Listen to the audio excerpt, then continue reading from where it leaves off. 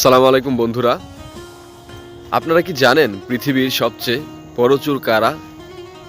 আমার এই কথা শোনার পর হয়তোবা আপনাদের মাথায় এই বিষয়টা নিয়েই ঘুরপাক খাচ্ছে যে পৃথিবীর সবচেয়ে বড় চোর তারাই যারা হীরা জহরত, সোনাদানা, লাখ টাকা, কোটি কোটি টাকা দেশ থেকে পাচার করছে, দেশ থেকে লুট করছে, চুরি করছে। আপনারা হয়তোবা এটাই ভাবছেন, হ্যাঁ এটাই ভাবা স্বাভাবিক, কিন্তু আমি বলবো যে এইটা সবচেয়ে বড় চোর না। ইয়েস, এই চোরকে সবচেয়ে পৃথিবীর বড় চোর বলা হয় না।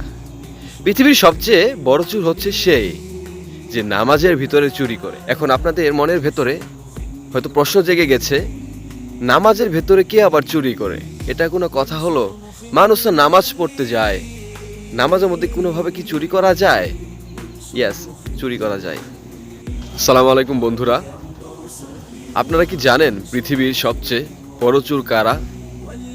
আমার এই কথা শোনার পর হয়তোবা আপনাদের মাথায় এই বিষয়টা নিয়েই ঘুরপাক খাচ্ছে যে পৃথিবীর সবচেয়ে বড় চোর তারাই যারা হীরা জহরত, সোনাদানা, লাখ টাকা, কোটি কোটি টাকা দেশ থেকে পাচার করছে, দেশ থেকে লুট করছে, চুরি করছে।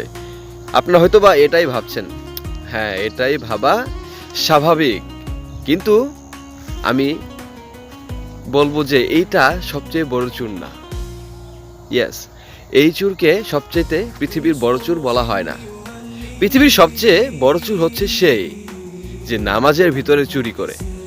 এখন আপনাদের ভিতরে প্রশ্ন জেগে গেছে হয়তোবা, এখন আপনাদের ভেতরে প্রশ্ন জেগে গেছে হয়তোবা, এখন আপনাদের ভেতরে প্রশ্ন জেগে গেছে হয়তো, এখন আপনাদের ভেতরে, এখন আপনাদের মনের ভেতরে হয়তো প্রশ্ন জেগে গেছে, নামাজের ভেতরে কে আবার চুরি করে?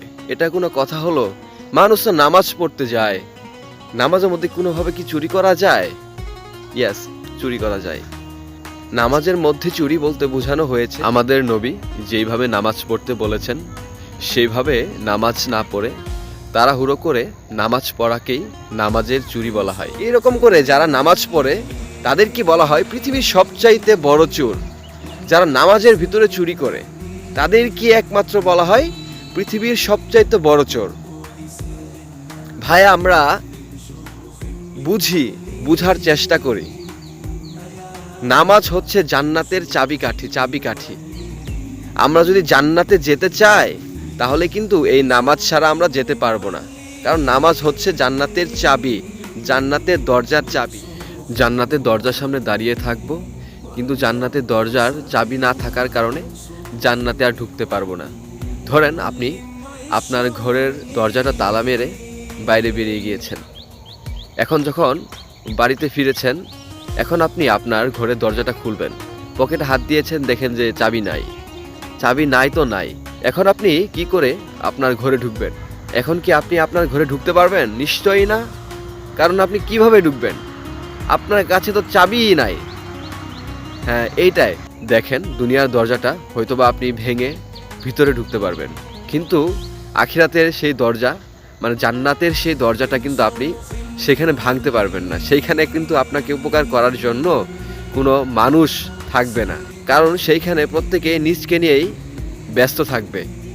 সেই রকমভাবেই নামাজ হচ্ছে জান্নাতের দরজার চাবিকাঠি। আপনি জান্নাতের দরজার সামনে দাঁড়িয়ে থাকবেন, বাট জান্নাতে ঢুকতে পারবেন না, কারণ আপনার কাছে চাবি নেই, কারণ আপনি তো ইহতেমাম ও গুরুত্বের সাথে নামাজ আদায় করেননি।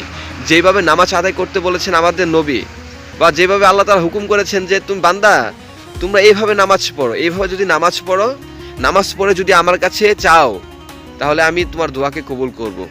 কিন্তু ইহতেমাম ও গুরুত্বের সাথে আপনাকে পড়তে হবে নামাজগুলো। তাই আমরা নামাজের মধ্যে চুরি না করি। আর নামাজের মধ্যে চুরি করলে, যে বললামই প্রথম দিকে, পৃথিবীর সবচেয়ে বড় চোর হচ্ছে যে নামাজে চুরি করে। তাই আমরা পৃথিবীর সবচেয়ে কি বড় চোর হতে চাই? আমরা তো চুরি হতে চাই না, আর পৃথিবীর সবচেয়ে বড় চোর তো দূরের কথা। তাই আমি আপনাদেরকে বলি যে নামাজের ভিতরে চুরি না করে, মানে নামাজকে সুষ্ঠুভাবে, সুন্দরভাবে ধ্যান, খেয়াল ও খুজুর সহিত নামাজ আদায় করি। এইভাবে নামাজ আদায় করলে আল্লাহ খুশি হবে, আর নামাজে চুরি করাও হবে না, আর আমরা জান্নাতে চাবিকাঠিও পেয়ে যাব। আর নামাজ পড়ার দ্বারা আমরা আমাদের অনেক সমস্যাও দূর করতে পারবো। সবাই ভালো থাকবেন, সুস্থ থাকবেন এবং ধ্যান খেয়াল ও খুজুর সহিত নামাজ পড়ার চেষ্টা করবেন। আসসালামু আলাইকুম।